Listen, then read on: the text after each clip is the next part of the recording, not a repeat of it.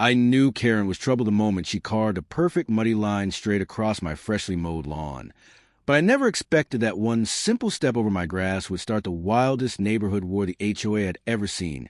The kind of drama that makes grown adults record everything for the group chat, because no one believes what's happening until they see it with their own eyes. And as I stood there that morning watching her sneakers sink into the soft soil I'd watered just last night, I felt that familiar spark of annoyance flare into something hotter, something dangerous, especially when she turned her head, smirked at me like I was a servant on my own property, and said, "You'll fix it anyway, right?" before strutting off like she owned the entire block. But what Karen didn't know was that this wasn't just my lawn. It was my pride, my project, the one place I invested my time after long shifts, and every inch of it mattered, which is exactly why her nonstop trespassing had turned from a small irritation into a full-blown personal mission, because for the past 6 weeks she had been taking the same shortcut from her driveway to the HOA clubhouse, cutting diagonally across my yard as if her legs would fall off if she used the sidewalk.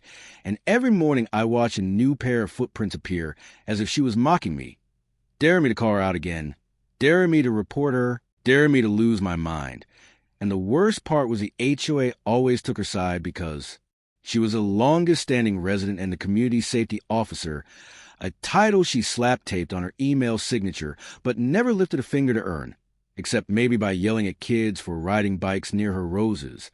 So when she kept claiming she had the right of passage over my property as if we lived in medieval Europe, I finally snapped and told myself this time her little shortcut wasn't going to end the way she expected. No, this time it was going to end with a lesson she would never forget. But before I engineered anything, I first tried documenting everything like a normal human being, recording videos of her stomping over my lawn while sipping her mint-flavored electrolyte drink, filing complaints with the HOA, sending screenshots of timestamps. But every time they responded with the same copy-paste garbage, "We have reviewed your submission and found no actionable violation at this time." No violation? Were they blind or just afraid of her? Because rumor had it Karen practically controlled the HOA board. She showed up to every meeting, filled it with her signature nasal whining, had dirt on half the board members and baked brownies for the rest. And I swear those brownies had some sort of psychological spell on them because anyone who ate them turned into her loyal soldier. So after the fourth ignored complaint, after the seventh new track of flattened grass, I sat on my porch, cracked my knuckles, and told myself, fine, if the HOA wouldn't help, then I'd do things my way, quietly, effectively, and without giving her any chance to twist the story against me. But before the first trap could be set, something happened that lit the fuse faster than I expected. A package arrived at my door containing a snarky little card that said, "Maybe focus on fixing your lawn instead of complaining about your neighbors." And the handwriting was undeniably, unmistakably Karen's, all sharp corners and angry loops. And tucked behind the card was a photo she had taken of me kneeling in my yard, adjusting the sprinklers, except she had drawn a speech bubble on it, saying, "I love Karen's shortcuts," in her thick black marker. That was the moment I decided I wasn't just going to trap her. I was going to humiliate her publicly, undeniably, and in a way she couldn't gaslight her way out of. So I started small, soil softening, strategic watering, waiting for the ground to get just muddy enough but not too obvious. But the real plan, the real trap, was something I built late at night under a tarp using PVC, garden stakes, fishing wire, and a motion-triggered sprinkler nozzle I ordered online for agricultural studies, which was really just code for petty homeowner engineering.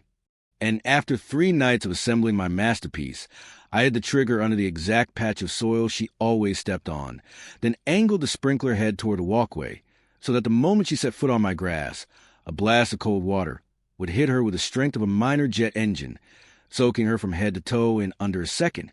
And that wasn't even the best part. The best part was a camera I set up to record everything from the perfect angle, because I wasn't just planning to catch her, I was planning to have evidence, so clear the HOA couldn't ignore it even if she hand-fed them 20 trays of brownies.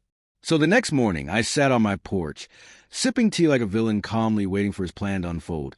And sure enough, at exactly 8:02 a.m., Karen marched out of her house in her neon visor, floral print cardigan, and ridiculous orthopedic sneakers, clutching her daily iced latte like it was a sacred object, and without hesitation, Without even glancing at the sidewalk, she made a beeline toward my yard, stepping right onto the trigger point.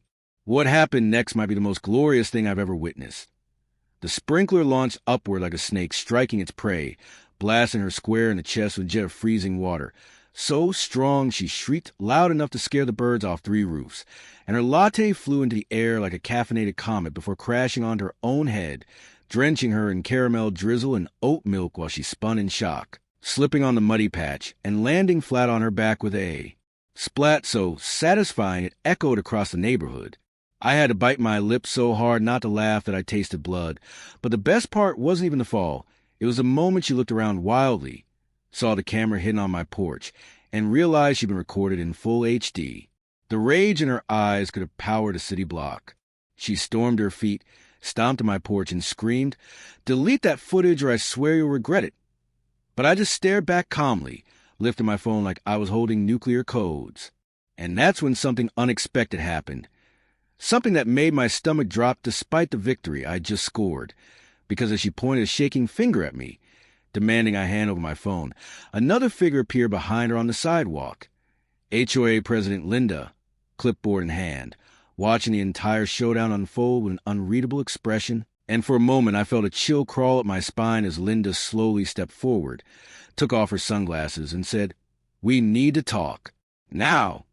And the way she said it, low, cold, and serious, made me suddenly realize there was a chance Linda wasn't here to reprimand Karen at all, but to take her side again, and the thought hit me like a punch to the gut as I saw her reach for the clipboard, flip to a page with my name on it, and say, "There's been a complaint filed against you."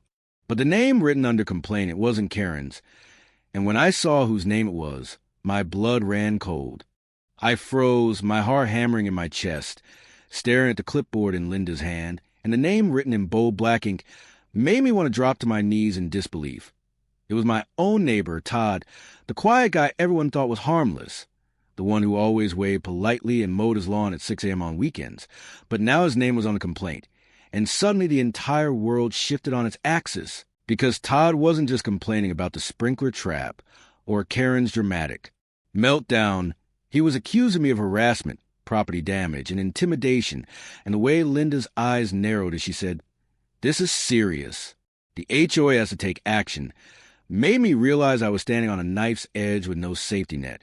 And before I could even protest, Karen, now dripping wet and covered in latte sludge, lunged at me with a shriek, pointing her finger like a flamethrower, yelling, "You're going to pay for this," while her orthopedic sneakers squelched mud in every direction, and for a split second the world felt like a slow-motion nightmare, with birds scattering, sprinklers hissing in my carefully constructed yard turning into a battleground of petty vendettas and HOA bureaucracy, and all I could think was, how did a simple plot to teach Karen a lesson escalate into a full-on legal and social disaster with multiple neighborhood witnesses, secret cameras, and now a formal complaint threatening my standing in the community? But I didn't have time to dwell on it, because as Karen's screeching intensified, a loud crash sounded from the direction of the mailbox, and I turned to see Todd standing there with his jaw tight, arms crossed, looking more menacing than I'd ever seen him. And in that moment, I realized Todd wasn't just some quiet neighbor. He had been silently observing everything for weeks, maybe months, cataloging every small infraction, every sarcastic comment, every subtle gloat, until he had enough evidence to use against me at the perfect moment. And the way he tilted his head, smiled faintly, and muttered, "You should have stopped while you could," made my stomach knot with dread, because this wasn't just HOA politics or petty revenge anymore. It was a carefully orchestrated attack, and I was at the center of it. And then the sprinkler, still running from the trap, suddenly shifted angle, hitting Karen in the face again, causing her to stumble backward into the hedge, tearing branches off and leaving a mess that would surely become a talking point for the rest of the neighborhood. And for a brief second, I felt a twinge of satisfaction, until Todd's phone beeped, and he held it up to the clipboard, revealing multiple video recordings, my trap, Karen's fall, my reaction, and even shots of me adjusting the sprinklers, all neatly compiled, time-stamped, and ready to be submitted as evidence of my harassment. And my chest tightened, because every instinct told me that the HOA would believe Todd, especially with Linda already leaning on me, her pen poised to document every word I said. Karen scrambled out of the hedge, dripping wet, mascara running down her face, and started yelling something about lawsuits and community justice, while Todd calmly recorded her, muttering, "Don't worry, this will help my case." And I realized that all my careful planning, every hour spent plotting the perfect trap, had been seen, analyzed, and weaponized against me in a way I hadn't anticipated, and my mind raced, trying to find an escape, a way to turn the tables. But every option seemed to lead to more humiliation, fines, or forced mediation sessions that could last weeks, with the HOA lawyers possibly siding with Karen or Todd simply because they had more seniority or persuasive charm. And as I stood there, mud-slicked and tense, I suddenly heard a strange noise behind me, a faint metallic scraping sound coming from the side of my house, near the tool shed. And instinctively I spun around, hard in my throat, only to see a shadow moving with deliberate, cautious steps, and a feeling of dread washed over me because this shadow wasn't Karen, wasn't Todd, wasn't Linda. It was someone else, someone I hadn't noticed lurking before, someone whose face I couldn't see but whose presence screamed trouble, and the air seemed to thicken as they crept closer, and then the unmistakable click of a camera shutter went off. And I realized with sinking horror that not only had Todd and Karen caught me in my trap, but now there was a third observer, silently documenting everything. A wild card whose motives were unknown, whose alliance I couldn't guess, and whose appearance turned a neighborhood feud into a potentially dangerous confrontation. Because whoever they were, they clearly had access to every angle of my property, every secret path, and possibly a direct line to the HOA or other neighbors ready to jump on the bandwagon. And my mind raced frantically, try to calculate every possible outcome, every legal repercussion, every social disaster that could explode from this single moment, while Karen, dripping wet and furious, pointed at the shadow and screamed, "Who is that?" And the mysterious figure paused, just long enough to make a slow, deliberate hand gesture, something between a wave and a taunt, and then slipped out of sight like a phantom, leaving a ringing silence in their wake. And I could feel the tension building to a breaking point as Linda's eyes darted from me to the clipboard to the now empty space where the shadow had disappeared, and she said, "You have until the end of the day to explain this," in a voice so cold and precise that I could barely breathe, realizing that not only had my simple lawn trap spiraled into a multi-layered neighborhood scandal, but I now had unknown players, multiple complaints, and Kara at her most vengeful, and as I watched her stomp toward her house to change clothes, muttering threats that would make a grown man tremble, my phone buzzed with notification, and when I looked at it, my stomach dropped because it was from an unknown number with a single chilling message. "I've been watching. You won't get away with it." And in that instant, I knew the real battle was only beginning. The message on my phone made my hands tremble, the little vibration cutting to the eerie quiet of my living room, and I stared at the screen, mind racing, trying to figure out if this was another prank, some twisted HOA escalation, or something far more sinister, because the timing was uncanny. The shadow, Karen's meltdown, Todd's weaponized complaint, and now this ominous warning all converging into a storm I wasn't sure I could survive, and I realized with chill crawling down my spine that my plan to humiliate Karen had triggered a chain reaction far beyond what I'd ever imagined, turning my quiet suburban life into a battlefield where every neighbor, every witness, and every hidden observer could become an enemy or an ally depending on the next move, and I felt the walls closing in as I debated my next step. Because ignoring the message felt dangerous, replying felt foolish, and the idea of leaving my property entirely was out of question, especially with Karen still fuming and Todd still cataloging every misstep I made like some vengeful archivist. And as I sat frozen, the faint sound of tires on gravel outside caught my attention, drawing my eyes to the front window, where I saw a black SUV slowly rolling down the street, windows tinted, engine idling softly. And I could sense that whatever or whoever was inside was watching, waiting, measuring, and my pulse spiked as the vehicle came to a stop across the street, perfectly aligned to monitor my house, without drawing suspicion. And for a moment I considered calling the police, but then remembered that any official involvement could tip off Karen, Todd, or the mysterious observer and possibly backfire, because in this neighborhood, news traveled fast, and the HOA had a way of twisting facts to favor the loudest, angriest resident. And before I could make a decision, the SUV's rear door opened silently, and a figure stepped out, tall, with a hood drawn low over their face, gloves covering. Their hands, moving with careful, Deliberate steps toward my lawn, and every instinct screamed at me that this was no ordinary visitor, no casual neighborhood dispute, and that my trap, which had seemed like the ultimate prank against Karen, could now be turned against me in a horrifying way. Because the stranger clearly knew the layout, the hidden cameras, the sprinkler system, and possibly even my schedule, and the longer I watched, the more I realized that Karen's meltdown and Todd's complaint had merely been distractions, designed to obscure the real arrival of someone with far greater control, intelligence, and intent than either of them.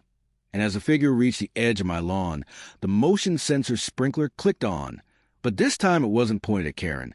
It was aimed a way that could catch anyone moving on the yard, and my heart sank because I hadn't anticipated this, hadn't planned for an uninvited intruder armed with knowledge of my traps. And I had only seconds to act, to decide whether to confront, escape, or try to communicate, while Karen, now partially recovered and wrapped in a towel, stood frozen behind her window, screaming, "What is he doing on Y Street?" And Todd, crouched behind a bush recording, muttered something under his breath that I couldn't make out, but the tone was unmistakable. He was thrilled, as if he had front-row seats to my unraveling, and then the hooded figure stopped, crouched briefly as if scanning for devices, cameras, or tripwires, and I realized that this person might know everything I had set up. The sprinkler trap, the cameras, even the exact way Karen and Todd had been caught in motion, and my mind raced, considering every possible outcome. Confrontation could lead to legal trouble, violence, or social ruin. Calling for help could expose me. Doing nothing could result in them taking control of my property, my evidence, or even framing me for something far worse. And as the second stretched, my pulse thudding in my ears, the figure straightened, raised a gloved hand, and for the first time spoke, voice muffled but firm. "You've made this personal. Now it's time you face the consequences." And in that moment, I understood that the petty neighborhood feud I thought I was orchestrating had escalated into something I could not control, because this was no longer about Karen's shortcuts or Todd's complaints. It was about power, information, and control, and the stranger's stance, deliberate and unyielding, made it clear they were ready to enforce whatever version of justice they had decided applied to me, and I could see in the way they moved, calculated, precise, almost surgical in approach. And I realized with sickening clarity that whatever trap I had set for Karen could now be turned against me, potentially in a way that would leave me humiliated, exposed, or even in danger, while the black SUV idled silently in the background, like a predator waiting for its moment to strike. And I felt a cold wave of dread as I imagined the next few minutes unfolding. Karen screaming from the window, Todd filming every detail with gleeful obsession, Linda documenting everything for the HOA, and the hooded figure stepping forward to manipulate, expose, or punish me for crossing invisible lines I hadn't known existed. And just as I was about to make a move, the stranger paused, looked directly at me, and in a calm, measured voice that carried over the distance, said, "It doesn't have to end badly if you make the right choice." And then they stepped back, retreating toward the SUV, leaving the vehicle running, doors unlocked, and the street quiet once more. But the weight of their presence lingered, a palpable reminder that my neighborhood, my lawn, and my petty plans had just become the epicenter of a far larger game. A game I had no rules for, no guide, and no certainty I could survive. And as Karen burst from her house again, dripping towel clinging, yelling, threats that now sounded almost childish against the silent threat of the SUV, and Todd whispered gleefully into his camera, I realized with a sinking heart that I was trapped between multiple forces: revenge-seeking neighbors, HOA politics, an unknown entity who had clearly been monitoring every action I'd taken. And as I sank onto porch, eyes darting between all parties, phone buzzing with the unknown number, sending another message: step carefully. Every move is being watched. I understood one terrifying truth.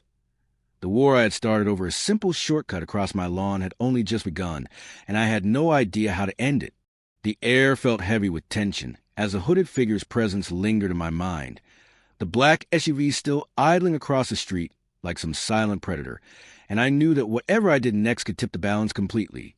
Because Karen's shrill yelling from her window, Todd's gleeful filming, and the HOA's looming scrutiny created a perfect storm where one wrong move might not just destroy my reputation. It could escalate into a disaster I couldn't undo. And as I stood there, mud still, clinging to my shoes from the earlier trap, I realized that the entire neighborhood was watching, even if no one admitted it yet, and that this was no longer about petty revenge for a shortcut across my lawn. This was a test of wits, patience, and nerve, a high-stakes game where every second mattered, and I had to think fast, because the hooded figure wasn't gone. They were out there, orchestrating something I couldn't see, and I could feel it in my bones, in the prickle of my neck, in the rapid heartbeat echoing in my ears, that I was being set up, baited, maneuvered into a position where I could either fight back or be publicly humiliated beyond repair, and I weighed my options, realizing that confrontation carried risks, compliance invited exploitation, and flight was impossible without exposing my intentions and traps. And just as I formulated a plan to approach the SUV cautiously, my phone buzzed again, flashing a new message from the unknown number. "You're running out of time." My pulse spiked as I glanced around. Karen had now stormed out onto the lawn, fully dripping, arms flailing, screaming at me. "You think you can humiliate me? I'll make sure everyone sees your tricks." While Todd crouched behind a bush, cameras shaking in excitement, narrating my every movement as if live commentary for a disaster reality show, and the HOA President Linda appeared on the sidewalk, clipboard in hand, her expression unreadable but her gaze sharp, calculating, as though she were judging me not for what had already happened, but for every potential misstep I might take in the next few minutes. And the combination of these forces made me realize that the trap I had originally built to target Karen had evolved into something far more complex, something that threatened not just my pride, but my position in the community, my sanity, and possibly my safety. And in that moment, I decided I had to act decisively, because hesitation would be fatal in this scenario where every observer, neighbor, HOA officer, and unknown entity was waiting for me to slip, falter, or miscalculate. So I took a deep breath, stepped off the porch cautiously, and made a beeline toward the SUV, hands visible, tried to project calm and control, while simultaneously analyzing every detail. The distance of the sidewalk, the position of Karen, the trajectory of Todd's camera, the possible hidden cameras or alarms a hooded figure might have planted, and the uneven patches of wet grass that could betray my steps or ruin my balance. And as I approached, the SUV door slowly opened, the engine purring like a cat ready to strike, and I could see the outline of the figure inside, hood still drawn low, face obscured, movements deliberate, as if they had rehearsed this moment 1,000 times. And then a low, measured voice came from inside the vehicle, calm but filled with authority, saying, "Get in. We need to resolve this before it escalates further." And my first instinct was to refuse, to run, to hide. But something in the tone suggested that defiance could make things infinitely worse, that compliance might give me a chance to regain control, to navigate the web of chaos I had inadvertently woven. And as I hesitated, Karen suddenly lunged toward the SUV, screaming, "You're not taking me or my shortcut away from me." And Todd, ever the opportunist, lunged after her to capture the confrontation, tipping the balance dangerously, and the hooded figure moved with lightning speed, opening the door fully, gesturing with a gloved hand that I step in first, blocking Karen with precise movements, while the SUV door swung in perfect timing. And in a blur, Karen tripped over a garden stake I had left intentional in the grass as a secondary minor trap, sprawling face first into the mud, shrieking as Todd continued filming, his excitement now bordering on hysteria. And I realized that the combination of my original planning and the hooded figure's intervention had created a chaotic ballet, one in which every participant played a role, whether they knew it or not. And as I climbed cautiously into the SUV, the hooded figure's presence enveloped me with an aura of control, authority, and threat.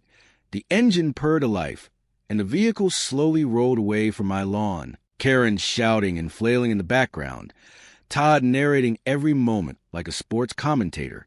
And I felt a tense exhilaration as we moved down the street, away from my home, away from the traps, the cameras, the witnesses, and into the unknown, realizing that this was only the first phase of a larger conflict I hadn't anticipated, and that the hooded figure, whoever they were, had their own agenda, one that might align with mine, oppose mine, or be completely unfathomable. And as we drove, the figure finally spoke again, voice calm but edged with something I couldn't place, saying, "You've escalated the war, and now there's no turning back. But if you survive what's coming, you'll understand everything." And my stomach churned with both fear and anticipation, because every instinct screamed that the coming hours or days would be a test of cunning, courage, and endurance unlike anything I had faced, and I realized that Karen, Todd, the HOA, and the mysterious figure were all pieces on a board far larger than my lawn, far more dangerous than petty revenge. And the SUV turned a corner into a shadowed street, engine idling softly, headlights cutting to the fog, leaving my house, my traps, and the chaos behind. But the echoes of the conflict reverberated in my mind, in the air, in every twitch of the rearview mirror, and the hooded figure leaned slightly toward me, whispering, "By the time this ends, nothing will be the same." And in that moment, as the suburban landscape blurred past, I understood with a sinking certainty that the simple act of defending my lawn had triggered a chain of events spiraling beyond control, and I had no choice but to face whatever came next, knowing that the outcome could redefine my life, my relationships, and the very definition of neighborhood warfare, leaving me suspended on the edge of uncertainty, adrenaline and fear, staring into the darkness ahead, fully aware that the next move, by me, by Karen, by Todd, or by the hooded figure, would determine everything. And with that, the SUV disappeared into foggy distance, leaving my story unresolved, my fate uncertain, and the war over my lawn and everything connected to it, hanging by a thread, ready to erupt in ways I could not yet imagine. The SUV finally came to a stop on the outskirts of the neighborhood, the fog wrapping around the vehicle like a curtain, and I realized with jolt that this was no ordinary neighborhood feud anymore. What had begun as a petty war over a shortcut across my lawn had transformed into something far darker, orchestrated with precision that made my earlier traps and strategies look amateurish. And as I stepped out cautiously, the hooded figure finally removed the hood, revealing a face I didn't expect, a face that froze me in my tracks, because staring back at me was not a stranger, not an unknown adversary, but my own long-lost cousin, Marcus, the one who had disappeared years ago after family disputes over property and inheritance, the cousin I hadn't spoken to in over a decade, and the revelation hit me harder than any sprinkler blast, any latte incident, any HOA showdown could ever have, because suddenly every piece of this bizarre, escalating drama clicked into place. The timing of the shadow, the meticulous knowledge of my yard, the perfect surveillance angles, even the manipulation of Karen and Todd. Marcus had orchestrated all of it from the start, quietly observing, calculating, waiting for me to overreact. And now he stood there calm, measured, and undeniably in control, saying that familiar yet haunting tone, "You always thought it was about Karen, about Todd, about the HOA. But it was always about you, Hadra, you, and what you're willing to protect." And my chest tightened as I realized that this was more than revenge, more than petty neighborly squabbles. It was a test, a psychological labyrinth designed to see how far I would go to assert control over my property, my life, and my reputation. And every scream from Karen, every click from Todd's camera, every scribbled note from Linda and the HOA had been manipulated, staged, or exploited to heighten the stakes, to push me to the edge. And as I processed this, Karen's shrill voice rang from a distance, now partially muffled but still urgent. "What is he doing here?" And Todd's camera swung wildly, trying to catch a shot of Marcus, while the air seemed to thrum with tension, and Marcus simply smiled, the kind of smile that made you question whether you were about to be embraced or crushed, and he gestured to the SUV, saying, "Get in. If you want answers, if you want to survive the aftermath, you need to trust me. But the catch is, you can't trust anyone else.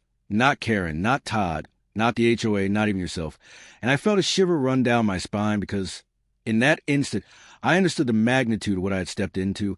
My lawn, my neighborhood, my petty grievances had been bait in a larger game, one that Marcus had been planning for years, testing my patience, my instincts, and my judgment. And now the final phase was here, and I had to choose whether to play along or walk away and risk losing everything, because the consequences were no longer limited to spilled lattes or muddy footprints.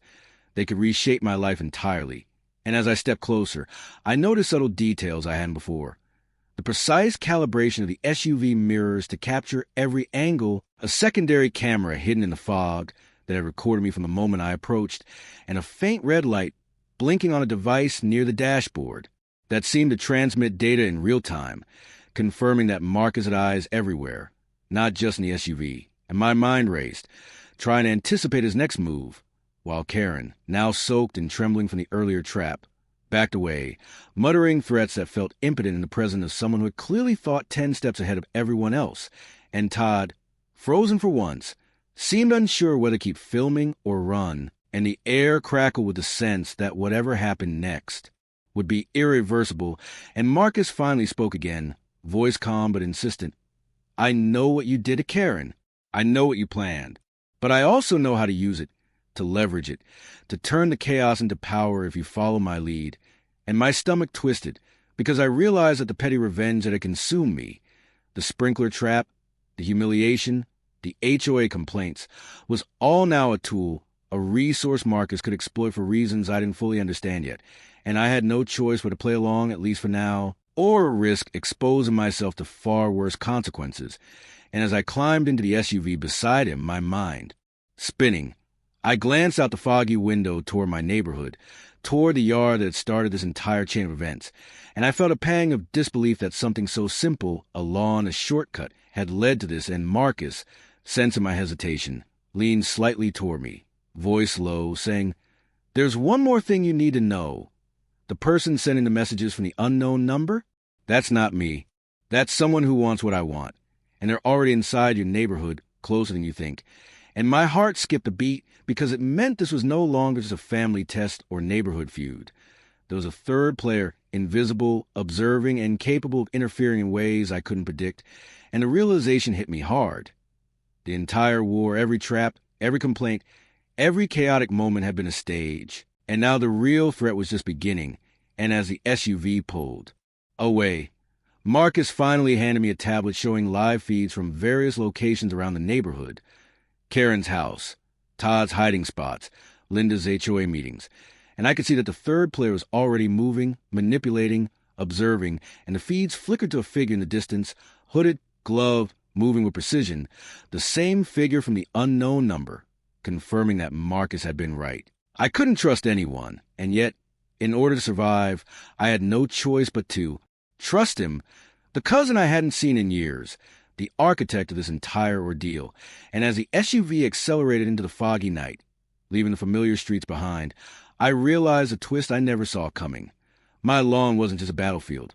It was the lure, the setup, the trigger for a game I had stumbled into unknowingly, and the real war involving strategy, secrets, surveillance, and power far beyond petty HOA disputes had only just begun, in the final, horrifying revelation, the one that would change everything, still awaited me somewhere down the foggy road, where Marcus simply said, By the time you understand, it might be too late to go back.